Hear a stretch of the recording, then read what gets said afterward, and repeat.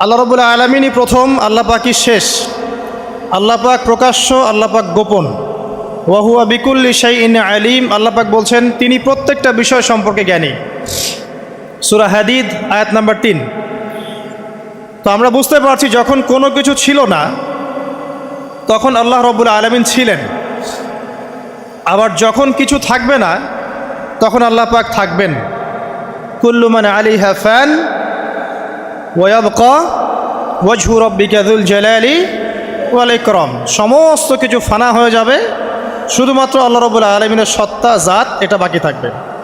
তার মানে আল্লাহ পাকই শুরু, আল্লাহ পাকই শেষ। আল্লাহর কোনো শুরু নাই, আল্লাহর কোনো শেষ নাই।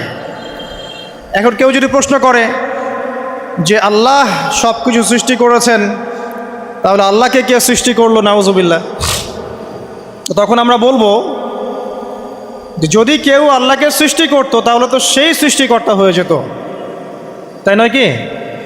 এইভাবে এক এক করে যদি আমরা পিছনের দিকে যেতে থাকি তাহলে একটা পর্যায়ে গিয়ে তো আমাদেরকে থামতে হবে। তো আমরা যেখানে গিয়ে থামছেন সেটাই হচ্ছে আল্লাহ রাব্বুল আলামিন। আল্লাহ পাকের আগে কিছুই ছিল না, বরং অতীত, বর্তমান, ভবিষ্যৎ এটা সময়ের মধ্যে আছে, যে সময়ের মধ্যে আমরা বাস করছি। আল্লাহ রাব্বুল আলামিনের কাছে এরকম অতীত, বর্তমান, ভবিষ্যৎ কিছু নাই। আল্লাহ রাব্বুল আলামিন একা ছিলেন, তখন কিছুই ছিল না। আবার যখন সব কিছু ধ্বংস হয়ে যাবে আল্লাহ পাক একাই থাকবেন, আর কিচ্ছু থাকবে না। এখন আল্লাহ পাক সর্বপ্রথম সৃষ্টি করলেন আরশে আজিম। কি সৃষ্টি করলেন? এবং আরশটা পানির উপরে ছিল। কিসের উপরে? পানির উপরে। এরপরে আল্লাহ রাব্বুল আলামিন সৃষ্টি করেছেন কলম। আল্লাহ পাকের কাছে লাউহে মাহফুজ আছে। লাউহে মাহফুজ মানে সুরক্ষিত একটা ফলক। এখানে আল্লাহ পাক কলমকে বললেন লিখো। কলম বলল যে মাযা আকতুব, আমি কি লিখবো হে আল্লাহ? আল্লাহ পাক বললেন কিয়ামত পর্যন্ত যা যা হবে, শেষ দিন পর্যন্ত যা কিছু ঘটবে লিখে ফেলো। কলম লিখে ফেলেছে কিয়ামত পর্যন্ত কি কি হবে। অতএব আপনার রিজিক নিয়ে এত টেনশন করার কোনো দরকার নেই। বিয়ে শাদী হচ্ছে না, এই জন্য কবরে গিয়ে মানত করার কোনো দরকার নেই। সময় মতো হবে ইনশাআল্লাহ। যখন রিজিক তাকদিরে লেখা আছে সময় মতো ইনশাল্লাহ হবেই। তাকদিরের বাইরে কিচ্ছু হবে না। তো আল্লাহ পাক তাকদির লিখে ফেললেন। এমনকি লাউহে মাহফুজে কোরআনও লিপিবদ্ধ আছে। সূরা বুরুজ পড়েন নাই? বাল হুয়া কুরআনুম মাজিদ ফি লাউহিম মাহফুজ। লাউহে মাহফুজ থেকে কোরআন মাজিদ নাজিল করা হয়েছে প্রথম আসমানে। এরপর প্রথম আসমান থেকে আস্তে আস্তে ধাপে ধাপে বিভিন্ন ঘটনার পালাক্রমে রাসূলুল্লাহ সাল্লাল্লাহু আলাইহি ওয়াসাল্লামের কলবের মধ্যে জিবরাইল আলাইহিস সালামের মারফতে ওহী করা হয়েছে। এই হলো কোরআন, যেটা নাজিল হতে সময় লেগেছে 23 বছর। তো লাউহে মাহফুজ আল্লাহ রাব্বুল আলামিন সব লিখে ফেললেন। এভাবে 6 দিন, আল্লাহ পাকের হিসেবে 6 দিন কত লম্বা আল্লাহ ভালো জানেন। 6 দিনে আল্লাহ রাব্বুল আলামিন এরপর সৃষ্টি করলেন পুরো মহাবিশ্ব। পুরো মহাবিশ্ব বলতে আমি শুধু পৃথিবীর সৌরজগৎ বোঝাচ্ছি না। এই মঙ্গল, বুধ, শনি, বৃহস্পতি এইটুক না, এরকম হাজার হাজার সৌরজগৎ মিলে একটা গ্যালাক্সি হয়, আর হাজারটা গ্যালাক্সি মিলে গিয়ে একটা আসমান হচ্ছে, মহাকাশের একটা ছায়াপথ আসমান হচ্ছে। তো এরকম 7টা আসমান বা 7টা মহাবিশ্ব আল্লাহ পাক সৃষ্টি করলেন মাত্র 6 দিনে। কয় দিনে? ফি সিত্তাতি আইয়াম। 6 দিন আল্লাহ পাক সৃষ্টি করলেন। এরপর আল্লাহ রাব্বুল আলামিন প্রত্যেক মহাকাশে তার যার যার কাজ সেটা দিলেন। যেখানে যেখানে মাখলুক সৃষ্টি করা আল্লাহ পাক করলেন। আল্লাহ রাব্বুল আলামিন মালায়েকা সৃষ্টি করলেন নূর দিয়ে। কি দিয়ে? আলো দিয়ে। আলোর মধ্য দিয়ে আল্লাহ রাব্বুল আলামিন ফেরেশতা সৃষ্টি করলেন। আল্লাহ পাক জিন সৃষ্টি করলেন। জিন কি দিয়ে? আগুন দিয়ে। একদম যেটা উত্তপ্ত আগুন, লাল আগুন, সেই আগুন দিয়ে আল্লাহ পাক জিন জাতিকে সৃষ্টি করলেন। সৃষ্টি করার পর আল্লাহ রাব্বুল আলামিন জিন জাতিকে পৃথিবীতে পাঠিয়েছেন। কোথায়? আর এখন মানুষ পৃথিবীতে যা করছে, জিন জাতীয় কিছুটা এরকমই কাজ করেছিল, বরং তার চেয়েও হয়তো বেশি করেছিল। পৃথিবীতে সে ফিতনার ফাসাদ সৃষ্টি করেছিল। এক পর্যায়ে আল্লাহ রাব্বুল আলামিন জিন জাতিকে ধ্বংস করে দিলেন। কিছু কিছু জিনকে আল্লাহ পাক অবশিষ্ট রাখলেন, যেগুলো পাহাড়ে, পর্বতে, বিভিন্ন জায়গায়, সমুদ্রে আশ্রয় নিল। পাহাড়ি এলাকাগুলোতে জিন থাকে, গভীর সমুদ্রে জিন থাকে, জঙ্গলে জিন থাকে। এরকম কিছু জায়গা আছে, এগুলোর মধ্যে জিনরা থাকে। তো ওদেরকে ডিস্টার্ব করতে গেলে সমস্যা, আপনাকে ধরে ফেলবে। আর যদি প্রতিদিন সকাল সন্ধ্যার জিকির আজগার ঠিকঠাক মতো না করেন, কোরআন তেলাওয়াত ঠিকঠাক মতো না করেন, নামাজি না হন আর পবিত্র না থাকেন, তাহলে জিন ধরার সম্ভাবনা বেশি। আর আমার মনে হয় এখনকার যে মেয়েগুলো রাস্তাঘাটে ঘোরাফেরা করে, এদের বেশিরভাগই জিন ধরা। কারণ আছে, এমনি এমনি বলি নাই। এটা আপনাকে বুঝতে হলে আল্লাহ এবং তার রাসূলের চোখ দিয়ে দেখতে হবে তো। কারণ তাদের চালচলন স্বাভাবিক না, কিছু একটা ওদের উপর ভর করেছে। ওই ভরটা করার কারণে তার চালচলন আজকে এমন হয়ে গেছে। এবং বহু মেয়ের ঘটনা এমন শোনা যায় যে সরাসরি তারা জিন দ্বারা ইফেক্টেড হয়। দেখেন না, রুকিয়া করতে হয়, শরীয়ীভাবে রুকিয়া করতে হয়। তো খেয়াল রাখবেন, সকাল সন্ধ্যার জিকির আজগার ঠিক রাখবেন, কোরআন তেলাওয়াতটা ঠিক রাখবেন, নামাজি হবেন, পাক পবিত্র থাকবেন, জিন আপনাকে কোনো ক্ষতি করতে পারবেন না ইনশাআল্লাহ। জিনরা কিন্তু রাসূল সাল্লাল্লাহু আলাইহি ওয়াসাল্লামেরও ক্ষতি করার চেষ্টা করেছিল। আল্লাহ রাসূল সাল্লাল্লাহু আলাইহি ওয়াসাল্লাম ওটাকে ধরেছিলেন, ধরে মসজিদের খুঁটির সাথে বেঁধে রেখেছে। নামাজের মধ্যে জিন আমাদের নবীকে ডিস্টার্ব করেছিল, আল্লাহ রাসূল ওই জিনকে ধরেছেন, ধরে খুঁটির সাথে বেঁধে রেখেছেন। তারপরে তার মনে পড়লো সুলাইমান আলাইহিস সালামের কথা। সুলাইমান আলাইহিস সালাম বলেছিল আল্লাহকে, আল্লাহ আমাকে যে ক্ষমতা তুমি দিয়েছো, আমার পরে কাউকে এই ক্ষমতা আর দিও না। আর সুলাইমান আলাইহিস সালামকে আল্লাহ পাক জিন জাতিকে অনুগত করে দিয়েছিলেন। সুলাইমান আলাইহিস সালামের নির্দেশে জিন জাতি বিভিন্ন কাজ করত, এমনকি সমুদ্রের মধ্যে ডুবুরির কাজও করত, সমুদ্রের ভিতর থেকে রত্ন বের করে নিয়ে আসতো। এগুলো কিন্তু অলিক রূপকথা নয়, সত্য ঘটনা। তখন নবী সাল্লাল্লাহু আলাইহি ওয়াসাল্লাম বললেন যে আমার ভাই সুলাইমানের কথা আমার মনে পড়ে গেল, তাই আমি জিনটাকে ছেড়ে দিলাম। তো আল্লাহ পাক জিন জাতিকে সৃষ্টি করে এই পৃথিবীতে পাঠানোর পর তারা এরকম ফিতনা এবং ফাসাদ সৃষ্টি করার পরে আল্লাহ পাক ওদেরকে ধ্বংস করে দেন। দেওয়ার পরে আরও অনেক যুগ এবং অনেক শতাব্দী কেটে যায়। কত যুগ কত শতাব্দী আল্লাহ ভালো জানেন। অনেক লম্বা সময় পরে গিয়ে আল্লাহ রাব্বুল আলামিন ফেরেশতাদেরকে ডাকেন। কাদেরকে ডাকেন? তাদেরকে ডেকে বলেন, ওয়াইজ ক্বালা রাব্বুকা লিল মালায়েকা, স্মরণ করো নবী সেই সময়ের কথা যখন তোমার রব ফেরেশতাদেরকে ডাকলেন, ডেকে বললেন, ইন্নী জাইলুন ফিল আরদি খলিফা, হে ফেরেশতা মণ্ডলী, আমি পৃথিবীতে আমার খলিফা পাঠাতে চাই। কি পাঠাতে চাই ভাই? খলিফা। খলিফার দুটো অর্থ, একটা হচ্ছে ওই যে জিনরা যে চলে গেল, ওর স্থলাভিষিক্ত হয়ে আরেকটা জাতি, স্থলাভিষিক্ত হওয়া। আরেকটা ব্যাখ্যা হচ্ছে খলিফা শব্দের মানে হচ্ছে যে ব্যক্তি আল্লাহ পাকের বিধান অনুযায়ী পৃথিবীতে বিচার ফয়সালা করে, সে আল্লাহর খলিফা। আমি কি বুঝাতে পারছি? আল্লাহ পাক ফেরেশতাদেরকে বললেন, আমি পৃথিবীতে আমার খলিফা পাঠাতে চাই, প্রতিনিধি, এবং যে আল্লাহর বিধান দ্বারা বিচার ফয়সালা করে। তখন ফেরেশতারা বলছেন, ক্বালু, ফেরেশতারা বলছেন, আতাজআলু ফিহা মান ইউফসিদু ফিহা ওয়া ইয়াসফিকুদ দিমা, হে আল্লাহ, আপনি কি এমন কোন সৃষ্টিকে আবার পৃথিবীতে পাঠাতে চান যে পৃথিবীতে গিয়ে ফিতনা ফাসাদ সৃষ্টি করবে অথবা রক্তপাত ঘটাবে? ফেরেশতারা এই কথা কিভাবে বলতে পারলো? হ্যাঁ, জিন জাতির অভিজ্ঞতার আলোকে। ঠিক আছে? তখন আল্লাহ পাক বলছেন, ইন্নী আ'লামু মা লা তা'লামুন, দেখো আমি যা জানি তোমরা তা জানো না। মানে তারা ফিতনা ফাসাদ সৃষ্টি করতে পারে, কিন্তু আমার কিছু মুখলেস বান্দা থাকবে যারা এই পথে পা বাড়াবে না। আচ্ছা, এবার আল্লাহ রাব্বুল আলামিন আদম আলাইহিস সালামকে সৃষ্টি করলেন।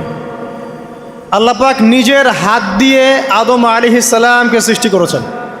সূরা সদের মধ্যে আল্লাহ পাক বলেছেন, দেখুন, মহাবিশ্বের কোনো সৃষ্টির ব্যাপারে বলা হয়নি যে খলাকতু বিয়াদাই, আমি নিজ হাতে তাকে সৃষ্টি করেছি। শুধুমাত্র আদম আলাইহিস সালাম, আমাদের পিতার ক্ষেত্রে বলা হয়েছে খলাকতু বিয়াদাই, আমি নিজ হাতে তাকে সৃষ্টি করেছি। কত সম্মান, কত ভালোবাসা, তাই না? এবার আল্লাহ রাব্বুল আলামিন আদম আলাইহিস সালামকে সমস্ত নাম শিক্ষা দিলেন। সমস্ত নাম মানে কি? ওয়াল্লামা আদামাল আসমাআ কুল্লাহা, আল্লাহ পাক বলছেন, এরপর আমি আদম আলাইহিস সালামকে মহাবিশ্বের যত জ্ঞান আছে সমস্ত নাম শিক্ষা দিয়ে দিলাম। সুবহানাল্লাহ। যেই জ্ঞান ফেরেশতাদেরও ছিল না, যেই জ্ঞান ইবলিসেরও ছিল না। ইবলিস কিন্তু অনেক জ্ঞানী ছিল, অনেক বড় আবেদ ছিল, সে দীর্ঘদিন আল্লাহর ইবাদত করেছে, কিন্তু এই জ্ঞান কিন্তু তারও ছিল না, ফেরেশতাদেরও ছিল না।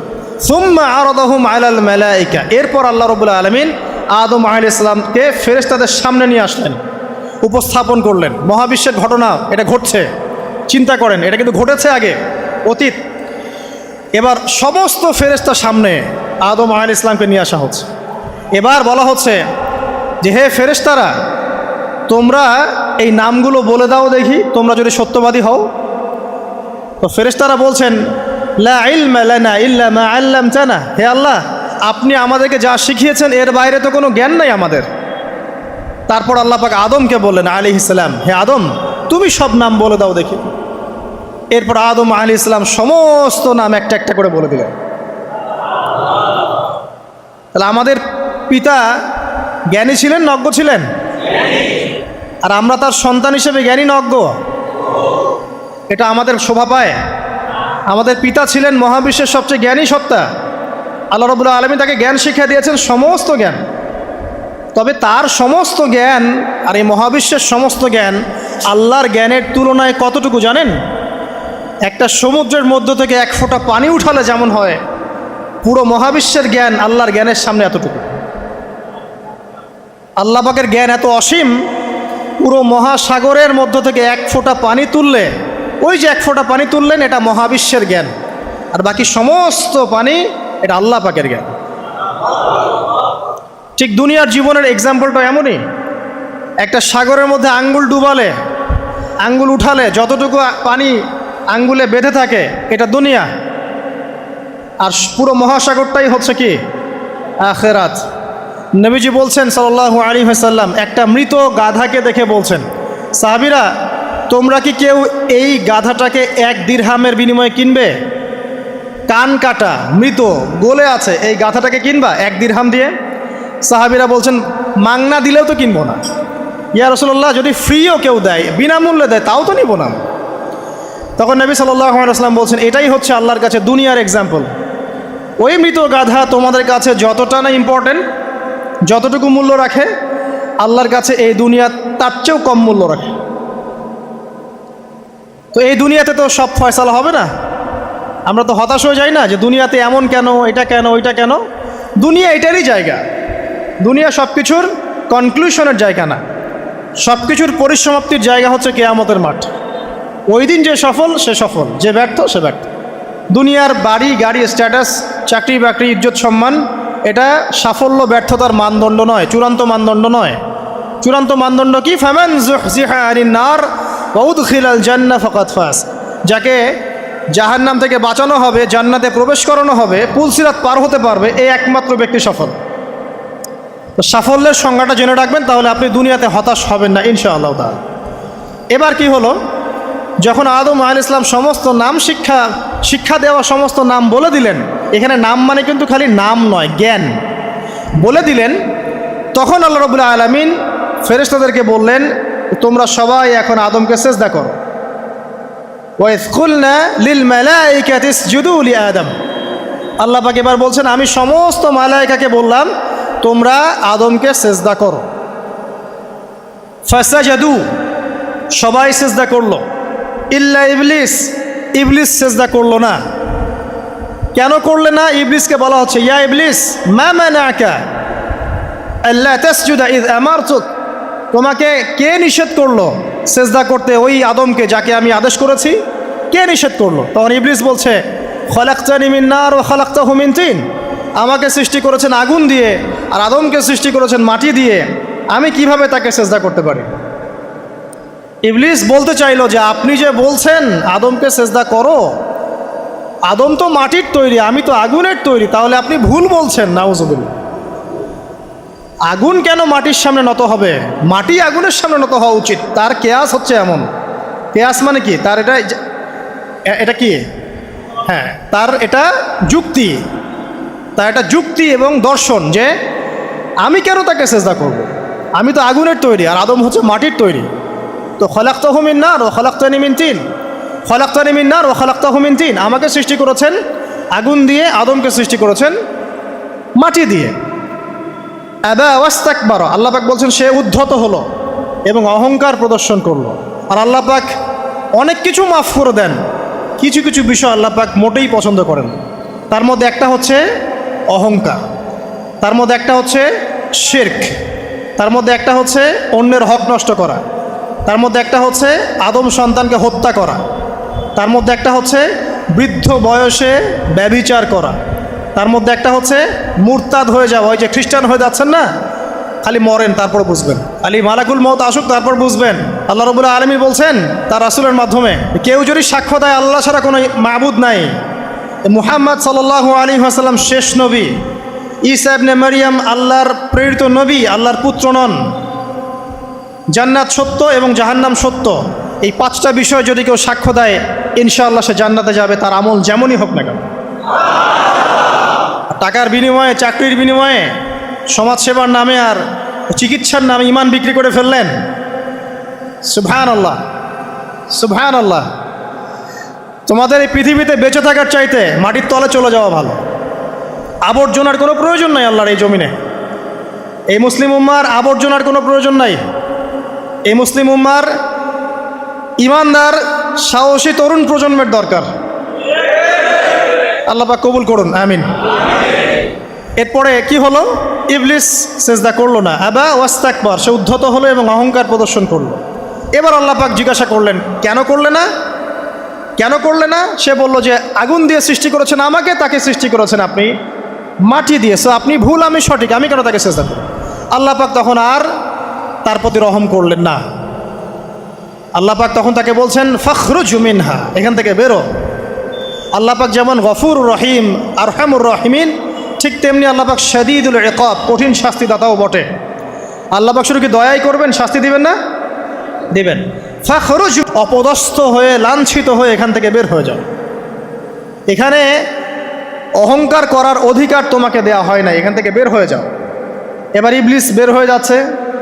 বের হয়ে যাওয়ার সময় ইবলিস বলছে রব্বি, কি বলছে? রব্বি। দেখেন ইবলিস আল্লাহকে বলছে রব্বি, মানে ইবলিস আস্তিক। ইবলিস কি আস্তিক? ইবলিস আল্লাহ বিশ্বাস করে। ইবলিস বলছে রব্বি, হে আমার রব, আনজিরনি ইলা ইয়াউমি ইউবআসুন, আমাকে কিয়ামত দিবস পর্যন্ত অবকাশ দেন। আমাকে তো বের করে দিচ্ছেন, ঠিক আছে, আমাকে কিয়ামত দিবস পর্যন্ত অবকাশ দেন। শব্দ চয়ন হচ্ছে রব্বি, হে আমার রব, মানে ইবলিস কিন্তু নাস্তিক না। তাহলে এখন যারা এই যে এথিজমে বিশ্বাস করছেন, আসলে এরা কেউ নাস্তিক না, এরা ইসলাম বিদ্বেষী। কখনো দেখবেন না তাদেরকে অন্য ধর্মের কোনো বিষয় নিয়ে কটু মন্তব্য করছে, প্রশ্ন উত্থাপন করছে, এমনটা খুব কমই দেখবেন। এদের যত মাথা ব্যথা ইসলাম নিয়ে। এখানে দেখেন ইবলিসের কথা বলছি, ইবলিস কিন্তু আস্তিক। ইবলিস কি বলছে? রব্বি আনজিরনি ইলা ইয়াউমি ইউবআসুন, হে আমার রব। ইবলিস জানে যে আল্লাহ তার রব। ওই যে সূরা হাশরের শেষের দিকে পড়ে দেখবেন ইবলিস বলে উকফুর, তোমরা কুফরি করো। তারপরে মানুষ যখন কুফরি করে সে বলে আমি ইন্নী আখাফুল্লাহ রাব্বাল আলামিন, আমি আল্লাহকে ভয় করি যে জগৎ সমূহের প্রতিপালক। শয়তানকে মানুষ গিয়ে জিজ্ঞাসা করবে, জাহান্নামীরা, তুমি আমাদেরকে পথভ্রষ্ট করেছিলে। শয়তান বলবে আমি কিচ্ছু করি নাই, আমি তোমাদেরকে কোনো কাজে ফোর্স করি নাই, আমি শুধু তোমাদেরকে ওয়াসওয়াসা দিয়েছি, তোমরা নিজেরাই কাজ করেছো। ফালা তালুমুনি ওয়ালুমু আনফুসাকুম, সূরা ইব্রাহিম পড়ে দেখেন। শয়তান বলবে তোমরা আমাকে লানত করো না, নিজেদেরকেই লানত করো, আমি তো তোমাদেরকে বাধ্য করে কাজ করাই নাই, তোমরা নিজেরাই করেছো এই কাজগুলো। আসুন সামনে যাই। এবার আল্লাহ পাক যখন ইবলিসকে বের করে দিলেন, সে বলছে আমাকে কিয়ামত পর্যন্ত অবকাশ দিন। কিয়ামত পর্যন্ত অবকাশ নিয়ে ইবলিস কি করবে? উত্তর, ইবলিস বলছে ফাবিমা আগওয়াইতানি, হে আল্লাহ, যে কারণে বা যে আদমের কারণে আপনি আমাকে এখান থেকে বের করে দিলেন, লাআকউদান্না লাহুম সিরাতাকাল মুস্তাকিম, আমি সে আদম সন্তানের সরল পথে ওত পেতে বসে থাকব। শয়তানের কথা কি মনে থাকবে যুবক ভাইরা? শয়তানের চ্যালেঞ্জ কি? আমি আদম সন্তানের সরল পথে ওত পেতে বসে থাকবো, মানে আমার আপনার সবার পথে সে ওত পেতে বসে আছে। এটা যদি মাথায় থাকে তাহলে জীবনে চলা সহজ হয় না? আচ্ছা, আর কি করব? সুম্মা লাআতিয়ান্না মিন বাইনি আইদিহিম, শুধু বসেই থাকবো না, আমি আসবো তাদের সামন থেকে, ওয়া মিন খালফিহিম, তাদের পিছন থেকে, ওয়া আন আইমানিহিম, তাদের ডান দিক থেকে, ওয়া আন শামাইলিহিম, তাদের বাম দিক থেকে, ওয়ালা তাজিদু আকসারাহুম শাকিরিন, হে আল্লাহ, আপনি বেশিরভাগ আদম সন্তানকে শুকরগুজার পাবেন না। কার কথা? শয়তানের। এই কথাটা কি সত্য না মিথ্যা? এখন বেশিরভাগ লোক নামাজ পড়ে না পড়ে না? পড়ে পড়ে না। বেশিরভাগ মুসলিমের দাড়ি আছে না নাই? বেশিরভাগ মুসলিম সুদ খায় না খায় না? এখন বেশিরভাগ তরুণ প্রজন্মের জেনায় আছে না নাই? পর্নোগ্রাফি সবাই দেখে না দেখে না? অন্যের সম্পদ আত্মসাৎ মানুষ করছে না? দুর্নীতি করছে না? ঘুষ খাচ্ছে না? ইসলামের বিধান 100% পালন করে কত পার্সেন্ট মানুষ? খুব কম। আচ্ছা বাদ দেন এত বড় বড় কথা, শুধু কোরআনুল কারীম তেলাওয়াত করতে পারে কতজন মানুষ? বলি না আমরা 90% মুসলিমের বাংলাদেশ, তো 90% মুসলিমের বাংলাদেশে কত ভাগ মুসলিম কোরআন তেলাওয়াত করতে পারে? একটা শুমারি করে দেখেন, কোরআন শুমারি। এটা কোরআন শুমারি করে দেখেন যে কত পার্সেন্ট মুসলিম শুদ্ধ করে কোরআন পড়তে পারে। যারা পড়তে জানে তাদেরও পড়া যে কত ভুল আছে, আলেম ওলামার কাছে গেলে বুঝতে পারবেন। আর এই ভুলের কারণে যে অর্থ কত পরিবর্তন হচ্ছে আপনি তো জানেনই না। তো এই যে শয়তান বলেছে ওয়ালা তাজিদু আকসারহুম শাকিরিন, আপনি বেশিরভাগকেই শুকরগুজার পাবেন না। তো কথা সত্য না মিথ্যা? দেখেন, ও কিন্তু তার মিশনের মধ্যে ঠিকই আছে। কথা যে সত্য তার প্রমাণ সহিহ বুখারীর একটা হাদিস, যেটা 4 বার এসেছে বুখারীর মধ্যে, যে আদম আলাইহিস সালামকে ডাকা হবে কিয়ামতের মাঠে, ডেকে বলা হবে তোমার সন্তানদের মধ্য থেকে জাহান্নামীদেরকে আলাদা করে দাও। আদম আলাইহিস সালাম বলবেন কতজনকে আলাদা করে দিব? আল্লাহ পাক বলবেন প্রতি 1099 জনকে জাহান্নামের জন্য আলাদা করে দাও। শয়তানের কথা ঠিক না ঠিক? এবার আল্লাহ রাব্বুল আলামিন তাকে বের করে দিলেন। ইবলিস এবার বের হয়ে গেল, চ্যালেঞ্জও করলো। এবার আল্লাহ পাক আদম আলাইহিস সালামকে ডেকে বলছে ইয়া আদম, এবার আদম আলাইহিস সালামের এই যে পাজর মানে বুকের পাজর, এখান থেকে তার সঙ্গিনীকে সৃষ্টি করা হলো। কারণ আদম আলাইহিস সালাম একাকী ছিলেন, একা কি থাকা যায়? একা থাকতে কষ্ট হয় না? একজন জীবন সঙ্গী লাগে না? তো আদম আলাইহিস সালামের এই বাম পাজরের হাড় থেকে হাওয়া আলাইহিস সালামকে সৃষ্টি করা হলো। সৃষ্টি করার পর আরও একটা ঘটনা আছে যে আল্লাহ রাব্বুল আলামিন আদম আলাইহিস সালামের পিঠের যে অংশটুকু আছে, এই অংশটুকু থেকে আগামীতে যত আদম সন্তান আসবে সবাইকে ছোট ছোট পিঁপড়ার আকৃতিতে সামনে নিয়ে দেখালেন। সুবহানাল্লাহ। যত আদম সন্তান আসবে আল্লাহ পাক সবাইকে আদমের সামনে দেখালেন এবং বললেন এই যে শুভ্র অংশ যারা, মানে সাদা অংশ যারা, তারা তোমার সন্তানদের মধ্য থেকে সবাই জান্নাতি। আর তোমার এই যে বাম পাশে যেগুলো কালো কালো ছোট ছোট আকৃতি দেখছো, এগুলো সব তোমার সন্তানদের মধ্য থেকে জাহান্নামী। আমরা দোয়া করি আমরা তাদের অন্তর্ভুক্ত না হই। এবার আল্লাহ পাক সবাইকে বললেন, সূরা আরাফের মধ্যে আসছে 182 নম্বর আয়াতে মনে হয়, আল্লাহ পাক বলেন আলাস্তু বিরব্বিকুম, হে আদমের সন্তানরা আমি কি তোমার রব নই? আমি কি তোমাদের রব নই? আলাস্তু বিরব্বিকুম, আমি কি তোমাদের রব নই? আলাস্তু বিরব্বিকুম, আমি কি তোমাদের রব নই?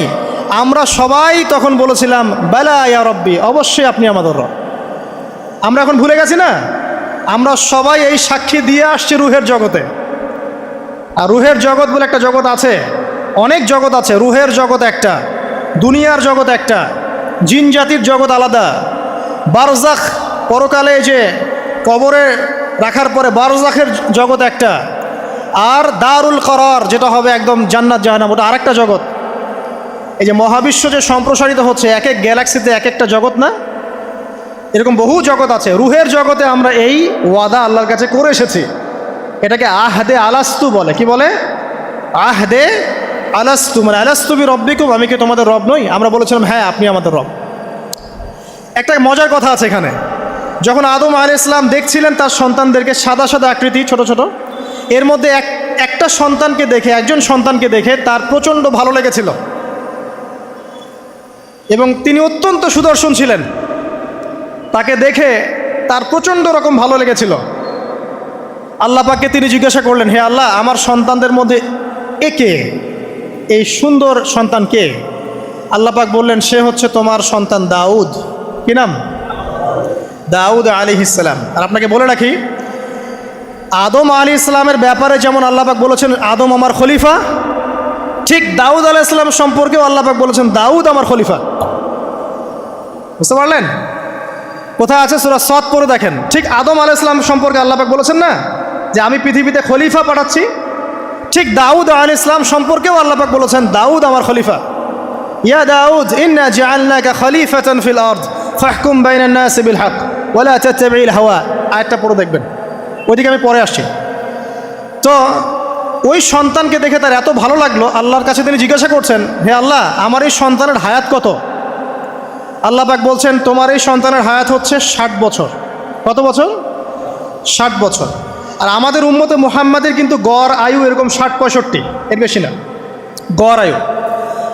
তখন আদম আলাইহিস সালাম বলেন, আল্লাহ আমার হায়াত থেকে তাকে 40 বছর দিয়ে দাও,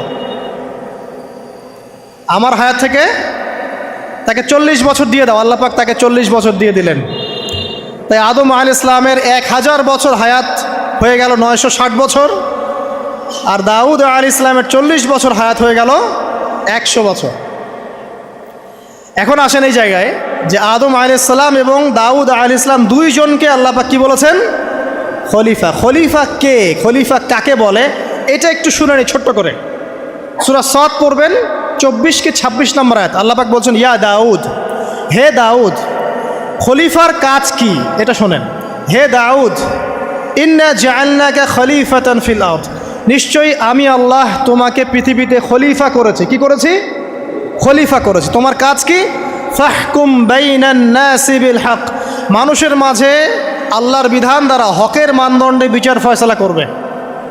তাহলে আল্লাহর খলিফার দায়িত্ব কি? আল্লাহর বিধান দ্বারা বিচার ফয়সালা করা। ওয়ালা তাত্তাবি'ল হাওয়া, তুমি নিজের প্রবৃত্তির অনুসরণ করবে না। ফায়ুদিল্লাকা আন সাবিলিল্লাহ, তাহলে তোমাকে এটা সরল পথ থেকে বিচ্যুত করে দেবে। ইন্নাল্লাযীনা ইউদিল্লুনা আন সাবিলিল্লাহ, নিশ্চয় যারা আল্লাহর পথ থেকে বিচ্যুত হয়ে যায়, লাহুম আযাবুন শাদীদ, তাদের জন্য কঠিন শাস্তি আছে। বিমা নাসু ইয়াউমাল হিসাব, এই কারণে যে তারা হিসাবের দিনটা ভুলে গেছে। এই আয়াত থেকে খলিফার ফাংশন বুঝতে পারলেন? খলিফার ফাংশন কি? আপনি যা ইচ্ছা তাই ফয়সালা করবেন, নিজের মন গড়া যা ইচ্ছা রচনা করবেন। ফাহকুম বাইনান নাসি বিল হক, মানুষের মধ্যে হকের মানদণ্ডে বিচার ফয়সালা করো। হকটা কি জিনিস? আমার দর্শন হক, আমার ফিলোসফি হক, আমার যুক্তি, আমার বিজ্ঞান, এগুলোই হকের মানদণ্ড। হকের মানদণ্ড কি? কোথায় উত্তর আছে? কোরআনেই উত্তর আছে। কোন সূরা? সূরা কাহফ। কত নম্বর আয়াত? আয়াত নম্বর 29। আল্লাহ পাক বলছেন ওয়াকুলিল হাক্কু মির রাব্বিকুম, হক সেটাই যা তোমার রবের পক্ষ থেকে নাজিল। কথা কি ক্লিয়ার? হক কি জিনিস? যা তোমার রবের পক্ষ থেকে নাজিল হয়। ফামান শাআ ফালইউমিন, যার ইচ্ছা হয় সে স্বীকার করুক। ওয়ামান শাআ ফালইয়াকফুর, যার ইচ্ছা হয় সে অস্বীকার করুক। ইন্না আ'তাদনা লিযালিমিনা নারান, অস্বীকারী জালেমদের জন্য আমি আগুন প্রস্তুত করে রেখেছি। তো এখানে আপনি হকের সংজ্ঞা পেলেন এবং হকের মানদণ্ডে বিচার ফয়সালা করলে পরে খলিফা হয়। যদি আল্লাহ পাকের হকের মানদণ্ডে কেউ ফয়সালা না করে সে আল্লাহর খলিফা নয়, সে শয়তানের খলিফা। কথা কি ক্লিয়ার? আচ্ছা, এখন যদি আপনি বাধ্য হন কোনো ক্ষেত্রে সেটা আলাদা বিষয়, বাধ্য হয়েছেন সেটা আলাদা বিষয়, কিন্তু আকীদা স্পষ্ট থাকতে হবে যে আল্লাহ রাব্বুল আলামিনের বিধান চূড়ান্ত, এর উপর কোনো বিধান নাই। এখন আপনি আদম এবং দাউদ আলাইহিস সালামের মধ্যে একটা সম্পর্ক বুঝতে পারলেন। এবার আল্লাহ পাক আদম আলাইহিস সালামকে ডাকলেন, ডেকে বলছেন আদম এবং হাওয়া, তোমরা দুজন উসকুন আনতা ওয়া যাওজুকাল জান্নাহ, এবার তুমি আর তোমার স্ত্রী হাওয়া তোমরা জান্নাতে থাকো। ফাকুলা মিনহা রাগাদান হাইথু শি'তুমা, জান্নাতের যেখান থেকে ইচ্ছা তোমরা ফল খাও বা যা ইচ্ছা তাই করো, সব কিছু উন্মুক্ত তোমাদের জন্য জান্নাতে। একটা বিষয়, ওয়ালা তাকরাবা হাদিহিশ শাজারা, এই যে গাছটা দেখছো এই গাছের কাছেও যাবে না। এখানে শব্দ এমন না যে গাছের ফল খাবে না, শব্দ হচ্ছে এমন গাছের কাছেও যাবে না। যেমন ওয়ালা তাকরাবু জিনা, জেনা করবে না আল্লাহ পাক বলেননি, বলেছেন জেনার কাছেও যাবে না। ওয়ালা তাকরাবু মাল আল ইয়াতিম, ইয়াতিমের মাল খাবে না আল্লাহ পাক বলেন নাই, আল্লাহ বলছেন ইয়াতিমের মালের কাছেও যেও না। আমি কি বুঝাতে পারছি? এই গাছের কাছেও যেও না। এবার জান্নাতে তারা থাকতে লাগলেন। এবার ইবলিস তো আর হাল ছেড়ে দেয় নাই, সে কি বলেছিল? ডান বাম সামন পিছন সব দিক থেকে আসবে। সে এসে ওয়াসওয়াসা দেয়। কি ওয়াসওয়াসা দেয়? হে আদম হাল আদুল্লুকা, আমি কি তোমাকে বলে দিব আলা শাজারাতিল খুলদ ওয়া মুলকিন লা ইয়াবলা, হে আদম আমি কি তোমাকে বলে দিব এমন একটা গাছের কথা যেই গাছের ফল খেলে পরে তুমি চিরস্থায়ী জীবন লাভ করবে, কোনো দিন মারা যাবে না। এই চিরস্থায়িত্বের টোপ দিচ্ছে কে? এই চিরস্থায়ী ক্ষমতার টোপে মানুষ পথ হারাচ্ছে না পৃথিবীতে। ওয়ামুলকিল্লা ইয়াবলা, এমন রাজত্ব পাবে যেই রাজত্ব কখনো ক্ষয় হবে না। চিরস্থায়িত্বের টোপ, রাজত্বের টোপ, এই দুটোই হচ্ছে পৃথিবীতে মানুষকে পথভ্রষ্ট করার শয়তানের অস্ত্র। কথা মনে বুঝতে পারেন না? আমার মাথার উপর দিয়ে যাচ্ছে, বুঝতে পারবেন ইনশাআল্লাহ। তো টোপ দিচ্ছে দুইটা, হাল আদুল্লুকা আলা শাজারাতিল খুলদ ওয়া মুলকিন লা ইয়াবলা। করতে করতে করতে করতে একদিন সত্যি সত্যি আমাদের পিতামাতা সেই গাছের কাছে চলে গেলেন। যখনই চলে গেলেন, ফালাম্মা যাকা শাজারা, যখন তারা গাছের কাছে চলে গেলেন, বাদাত লাহুমা সাওআতিহিমা, তাদের পরনে যে জান্নাতি কাপড় ছিল ধাপাস করে খুলে পড়ে গেল। ইন্না লিল্লাহি ওয়া ইন্না ইলাইহি রাজিউন। আমাদের পিতামাতাকে পুরো মহাবিশ্বে ফেরেশতাদের সামনে জান্নাতে নগ্ন করে দিল ইবলিস। আমি মনে বুঝাতে ব্যর্থ হচ্ছে। আমাদের পিতামাতাকে জান্নাতে ফেরেশতাদের সামনে, সবার সামনে নগ্ন করে কাপড় খুলে ফেললো কে? ইবলিস। তো এখন যে কাপড় খোলার সংস্কৃতি চলছে, কারা এরা? ওরা জিন শয়তান, এগুলো মানুষ শয়তান। শয়তান দুই প্রকার, মিনাল জিন্নাতি ওয়ান নাস, জিন শয়তান আর মানুষ শয়তান। ওই জিন শয়তান এদেরকে ওয়াসওয়াসা দিয়ে দিয়ে নগ্ন করেছে। এরা এখন নগ্নতার আন্দোলন শুরু করেছে এবং আমি জানি কয়দিন পর এটা বিকিনি পরেও ঘুরবে। অবাক হচ্ছেন? কিয়ামতের আলামতের মধ্যে অন্যতম হচ্ছে মানুষ রাস্তার ধারে ধারে জেনা করবে, রাস্তার মোড়ে মোড়ে জেনা হবে। তখনকার সবচেয়ে ভালো মানুষ হবে সেই ব্যক্তি যে গিয়ে বলবে যে বাবা তোমরা জেনা করছো করছো, এই দেয়ালের পিছনে গিয়ে করতে পারলা না। সে হবে সবচেয়ে ভালো মানুষ। তো এই যে কাপড় খোলার সংস্কৃতি শুরু হয়েছে, এটা কার সংস্কৃতি? বাদাত লাহুমা সাওআতিহিমা। আল্লাহ পাক আরো বলছেন, ইয়া বানি আদম, হে আদম সন্তান, লা ইয়াফতিনান্নাকুমুশ শাইতান, শয়তান যেন তোমাদেরকে ফিতনায় ফেলতে না পারে। কামা আখরাজা আবাওয়াইকুম মিনাল জান্নাহ, ঠিক যেভাবে শয়তান তোমাদের পিতা মাতাকে জান্নাত থেকে বের করে দিয়েছিল। আর কি করেছিল? কামা আখরাজা আবাওয়াইকুম মিনাল জান্নাহ ইয়ানজিউ আনহুমা লিবাসাহুমা, শয়তান তোমাদের পিতা মাতার লেবাস পোশাক খুলে ফেলেছিল। ঠিক এভাবেই যেন পৃথিবীতে শয়তান তোমাদেরকে ফিতনায় ফেলতে না পারে, আল্লাহ পাক সতর্ক করছেন। এখন কি বুঝতে পারছেন? এই নগ্নতার যে 6 লাভ, নগ্নতা, অশ্লীলতা, পর্নোগ্রাফি, বেহায়াপনা, ফ্রি মিক্সিং, নারীদেরকে নগ্ন করে রাস্তায় বের করে নিয়ে আসা, এগুলো কার এজেন্ডা? শয়তানের এজেন্ডা। এর উপর কোনো কথা নাই, কারণ কোরআনের উপর কোনো সত্য নাই। এগুলোর উপরে কোনো কথা হবে না, বিকজ কোরআনের উপর কোনো সত্য নাই। আছে? নাই। কোরআনে আল্লাহ পাক বলেছেন যে শয়তান ফিতনায় ফেলেছিল, ইয়ানজিউ আনহুমা লিবাসাহুমা, শয়তান তোমাদের পিতামাতার লেবাস খুলে ফেলে দিয়েছিল। ওয়া তাফিকা ইয়াখতিফানি আলাইহিমা মিন ওয়ারাকিল জান্নাহ, তখন আমাদের পিতামাতা জান্নাতের গাছের যে এই যে পাতাগুলো আছে এগুলো ছিঁড়ে ছিঁড়ে লজ্জাস্থান ঢাকতে লাগলেন। ইন্না লিল্লাহ। আমাদের পিতামাতার কি দুর্দশা হয়েছিল, আমাদের পিতামাতার কি দুর্দশা, কি লজ্জা হয়েছিল তখন। চিন্তা করে দেখেন, শয়তান কাপড় খুলে ফেলে দিয়েছে। আর আমাদের পিতামাতা, আমাদের মা, আমাদের বাবা জান্নাতের এই যে পাতাগুলো ছিঁড়ে ছিঁড়ে গায়ের লজ্জাস্থান ঢাকা শুরু করেছেন। কি পরিমাণ লজ্জা চিন্তা করেন। আপনাকে যদি এখানে কেউ নগ্ন করে ফেলে এবং আপনি যদি না চান বিষয়টা, সবাই জোর করে আপনার কাপড় খুলে ফেলে, আপনার কেমন লাগবে? কেমন লাগবে? এই ঘটনা ঘটেছে মহাবিশ্বে, শয়তান ঘটিয়েছে। এরপর আল্লাহ পাক ডাকলেন, ডেকে বলছেন, ইয়া আদম, হে আদম, আলাম আনহাকুমা আন তিলকুমা শাজারা, হে আদম আমি কি তোমাদেরকে দুজনকে নিষেধ করি নাই যে গাছের কাছে যাবে না? আমি কি তোমাদের দুইজনকে নিষেধ করি নাই যে তোমরা গাছের কাছে যাবে না? তখন আদম আলাইহিস সালাম বুঝতে পারলেন যে তারা একটা বড় ভুল করে ফেলেছে। তারপর আল্লাহ রাব্বুল আলামিন দয়া পরবশ হয়ে আদম এবং হাওয়া আলাইহিস সালামকে কালিমা শিক্ষা দিলেন, তওবার কালিমা, যেই কালিমা দিয়ে তারা তওবা করতে পারেন।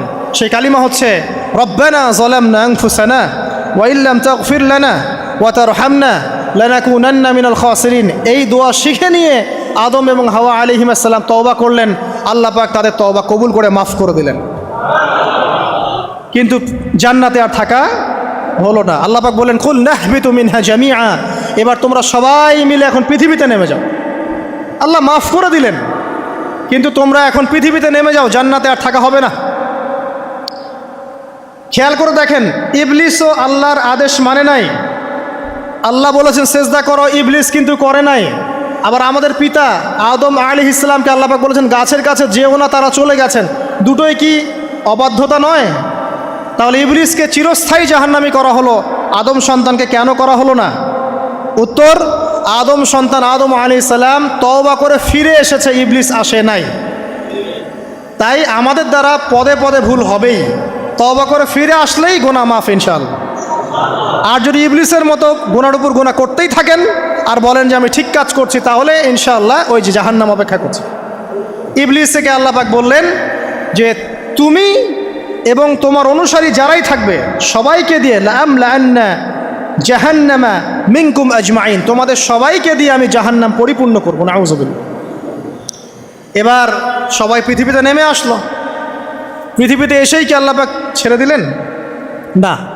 আল্লাহ রাব্বুল আলামিন বলছেন কুল নাহবিতু মিনহা জামিআ, তোমরা পৃথিবীতে নেমে যাও। ফাইম্মা ইয়াতিয়ান্নাকুম মিন্নি হুদান, দুনিয়াতে যাচ্ছ যাও, তবে মনে রেখো যে আমার পক্ষ থেকে তোমাদের কাছে হেদায়েতের বাণী আসবে। আমার পক্ষ থেকে তোমাদের কাছে হেদায়েতের বাণী আসবে। ফামান তাবিআ হুদায়া ফালা খাউফুন আলাইহিম ওয়ালা হুম ইয়াহজানুন, যারা আমার হেদায়েতের বাণীগুলো মেনে চলবে তাদের কোনো ভয় নাই, কোনো দুশ্চিন্তাও নাই। ওয়াল্লাযীনা কাফারু ওয়া কাযযাবু বিআয়াতিনা, কিন্তু যারা আমার আয়াতকে কুফরি করবে, মিথ্যা প্রতিপন্ন করবে, ফাউলাইকা আসহাবুন নার, তারা হবে জাহান্নামের অধিবাসী। হুম ফিহা খালিদুন, তারা সেখানে চিরস্থায়ী হবে। এই সহজ সরল জীবন দর্শন দিয়ে আল্লাহ পাক পৃথিবীতে পাঠিয়ে দিলেন। এবার শুরু হলো পৃথিবীতে পথ চলা। পৃথিবীতে পথ চলার ক্ষেত্রে অনেক কিছু সৃষ্টি করতে হলো, আবিষ্কার, কৃষিকাজ, এটা ওটা সব কিছু। আদম আলাইহিস সালামকে আল্লাহ পাক সেই জ্ঞান ওহির মাধ্যমে শিক্ষা দিলেন। কৃষিকাজ আল্লাহ পাক শিক্ষা দিয়েছেন, চাকা সৃষ্টি করা আল্লাহ পাক শিক্ষা দিয়েছেন, বাহন সৃষ্টি করা আল্লাহ পাক শিক্ষা দিয়েছেন। যত রকম জ্ঞান আছে সমস্ত জ্ঞান এসেছে নবীদের পক্ষ থেকে। সব কিছু জ্ঞানের মূল ভিত্তি এসেছে নবীদের কাছ থেকে, আল্লাহর ওহির কাছ থেকে। যত সভ্যতা দেখছেন বড় বড়, সমস্ত সভ্যতা শুরু হয়েছে নবী দ্বারা, এবং সভ্যতা শেষও হবে একজন নবী দ্বারা। তার নাম কি? ঈসা ইবনে মারইয়াম। আদম আলাইহিস সালাম আল্লাহর দেয়া শিক্ষায় শিক্ষিত হয়ে দুনিয়াতে চলতে লাগলেন এবং তওবা ইস্তেগফার করতে লাগলেন, কাঁদতে লাগলেন। দীর্ঘকাল তারা ক্রন্দন করেছেন। কি কারণে? ওই যে একটা ভুল তারা করে ফেলেছে। দুনিয়াতে এসে ক্রন্দন করতে আল্লাহ রাব্বুল আলামিন এক পর্যায়ে তওবা কবুল করে ফেললেন। এবার সামনে যান। তাদের সন্তান হলো হাবিল এবং কাবিল। নাম শুনেছেন? শোনেন নাই? হাবিলের কুরবানি কবুল হয়, কাবিলের কুরবানি কবুল হচ্ছে না। বিকজ কাবিল এর কুরবানির মধ্যে ইখলাস নাই। ভাইয়ের কুরবানি কেন কবুল হচ্ছে, আমারটা কেন হচ্ছে না? হিংসার বশবর্তী হয়ে কাবিল হাবিলকে হত্যা করে ফেললো। নবী পরিবারের সদস্য হয়েও কাবিল এরকম অন্যায় করে ফেলল। আর কি হলো? রাসূল সাল্লাল্লাহু আলাইহি সাল্লাম বলেছেন পৃথিবীতে যত মানুষ অন্যায়ভাবে নিহত হবে, পৃথিবীতে যত মানুষ অন্যায়ভাবে খুন হবে, সমস্ত খুনের পাপের একটা অংশ কাবিলের আমলনামায় যুক্ত হবে। কারণ সেই প্রথম খুন চালু করেছে। এই যে আজকে গুনাহে জারিয়া চালু করছেন না, সুদী এনজিও, সুদী সমিতি, সিনেমা হল, এইটা ওইটা, মদের বার, যত গুনাহে জারিয়া চালু করছেন, মৃত্যু হবে, কবরে যাবেন ঠিকই, কিন্তু গুনাহ কমবে না ইনশাআল্লাহ। মনে করেন একজন নগ্ন ছবিতে অভিনয় করেছে, ঠিক আছে, এখন নাই পৃথিবীতে, বা কেউ অশ্লীল গান বাজনা করে দুনিয়া থেকে বিদায় নিয়েছে, দুনিয়াতে তার গান এখনও বাজছে, সে কবরে শুয়ে শুয়েই সেই গোনাগুলো পাচ্ছে। ঠিক আপনি যদি এখন ভালো কোনো কাজ করেন, দিনই কোনো ভালো কাজ করেন, মসজিদ হোক, মাদ্রাসা হোক, ইয়েতিমখানা হোক, বিধবাদের কোনো প্রকল্প হোক, বৃদ্ধাশ্রম হোক, মানবতার কোনো কল্যাণমূলক কাজ হোক, মৃত্যুর পরেও ইনশাল্লাহ আপনি নেকি পেতে থাকবেন। সদকায়ে জারিয়া আর গুনাহে জারিয়া ভালো করে বুঝবেন। একটা গুনাহ করে মাফ নেওয়া আলাদা বিষয়, আর গুনাহ চলতে থাকাটা আর একটা বিষয়। আল্লাহ আমাদেরকে হেফাজত করুন, আমিন। নবী পরিবার এগিয়ে গেল এবং তাদের সময়ে তারা শুধু ক্রন্দন করেছেন, ইবাদত করেছেন, আল্লাহর কাছে ইস্তেগফার করেছেন এবং ওই যে জান্নাতে ফিরে যাওয়ার জন্য তারা আপ্রাণ চেষ্টা করেছেন। এক পর্যায়ে আদম আলাইহিস সালামের বয়স যখন 960 বছর হলো, আল্লাহ রাব্বুল আলামিন তাকে ওফাত দিলেন, তার ইন্তেকাল হয়ে গেল। ইন্না লিল্লাহি ওয়া ইন্না ইলাইহি রাজিউন। এরপরেও নবী পরিবার চলতে লাগলো, চলতে চলতে পরবর্তীতে আসলেন নূহ আলাইহিস সালাম, তারপরে ইব্রাহিম, আদ জাতি, তারপর সামুদ, তারপরে শুআয়ব, কওমে মাদিয়ান, মূসা, দাউদ, সুলাইমান, ইসহাক, ইয়াকুব, নবী পরিবার চলতেই লাগলো। এক পর্যায়ে ঈসা আলাইহিস সালামের পরে মুহাম্মদ সাল্লাল্লাহু আলাইহি ওয়াসাল্লামের মধ্য দিয়ে নবীদের সিলসিলা আল্লাহ পাক শেষ করে দিলেন। এভাবেই সভ্যতা এগিয়ে গেছে, এভাবেই আমাদের পিতামাতার হাত ধরে জ্ঞান পৃথিবীতে এসেছে। এবং ওই যে শয়তানের মিথ্যা প্রলোভন, প্রতারণা, এর ফলশ্রুতিতে ওই যে আমাদের পিতামাতার গা থেকে কাপড় খুলে পড়ল, আল্লাহ পাক রাগান্বিত হয়ে সবাইকে দুনিয়াতে নামিয়ে দিলেন, ইবলিসকে চিরস্থায়ী জাহান্নামী ঘোষণা করলেন। কিন্তু আমাদের পিতামাতার ক্রন্দন, তওবা, ইস্তেগফার, আমলের বদৌলতে, আল্লাহর রহমতে আল্লাহ পাক পিতামাতাকে মাফ করে দিলেন, আলহামদুলিল্লাহ। এভাবেই মানব জাতি এগিয়ে যাচ্ছে। আজকে আমরা এই পর্যায়ে পর্যন্ত এসেছি। আদম আলাইহিস সালামের এই সংক্ষিপ্ত জীবনী থেকে আমরা কি শিখলাম? আমরা শিখলাম যে আল্লাহ রাব্বুল আলামিন অনেক ভালোবেসে, অনেক মহব্বত করে, মমতা দিয়ে, মায়া দিয়ে নিজের হাতে আমাদের পিতাকে সৃষ্টি করেছেন। এক, দুই, আমাদের পিতাকে আল্লাহ রাব্বুল আলামিন তার পক্ষ থেকে জ্ঞান শিক্ষা দিয়েছেন। এই কারণে আদম সন্তানরা জন্ম থেকেই দেখবেন কিছু না কিছু জ্ঞানী হয়েই থাকে। জ্ঞান আপনার ডিএনএর মধ্যে থাকেই। আল্লাহ রাব্বুল আলামিন আদম আলাইহিস সালামের মধ্যে রূহ ফুঁকে দিয়েছেন। আল্লাহ রাব্বুল আলামিন আদম আলাইহিস সালামকে জান্নাতে রেখেছেন। আল্লাহ রাব্বুল আলামিন গাছের কাছে যাওয়ার পরেও তওবা ইস্তেগফারের মধ্য দিয়ে তাকে মাফও করে দিয়েছেন। আল্লাহ রাব্বুল আলামিন আদম এবং হাওয়া আলাইহিস সালামের মধ্য দিয়ে এই পৃথিবীতে মানব জাতির সিলসিলা অব্যাহত রেখেছেন। এবং কিয়ামত পর্যন্ত যত আদম সন্তান আসবে তাদের জন্য আল্লাহ পাক তার পক্ষ থেকে হেদায়েত প্রেরণ করেছেন। এক যুগে তাওরাত এসেছে, কখনো জাবুর, কখনো ইনজিল, কখনো কোরআন, সর্বশেষ টেস্টামেন্ট হিসেবে কোরআন এসেছে। এখন যদি এই ওহীর বাণী, কোরআন এবং এর ব্যাখ্যা হাদিস আমরা মেনে চলি, ইনশাআল্লাহ তাআলা আমরা আবার সেই জান্নাতে ফিরে যাব যেখান থেকে আমাদেরকে নামিয়ে দেওয়া হয়েছে। আর যদি আমরা কোরআন এবং হাদিস বা আল্লাহর ওহীর পরোয়া না করি, এর আলোকে জীবন না গড়ি, তাহলে ওই ইবলিসের সাথেই আমাদেরকে জাহান্নামে থাকতে হবে, নাউযুবিল্লাহ। আল্লাহ রাব্বুল আলামিন আমাদের সবাইকে কোরআন এবং সুন্নাহ, আল্লাহর ওহী মেনে চলার তৌফিক দান করুন এবং ইবলিসের খপ্পর থেকে আল্লাহ পাক আমাদেরকে বাঁচিয়ে রাখুন। ইবলিসের যত এজেন্ট আছে, ওদের যে দুরভিসন্ধি, ষড়যন্ত্র এবং শয়তানি ফাঁদ, এগুলো থেকে আল্লাহ পাক আমাদেরকে, আমাদের মা বোনদেরকে, আমাদের পরিবারের সদস্যদেরকে, আমাদের সমাজকে, রাষ্ট্রকে আল্লাহ পাক হেফাজত করুন, বাঁচিয়ে রাখুন, আমিন।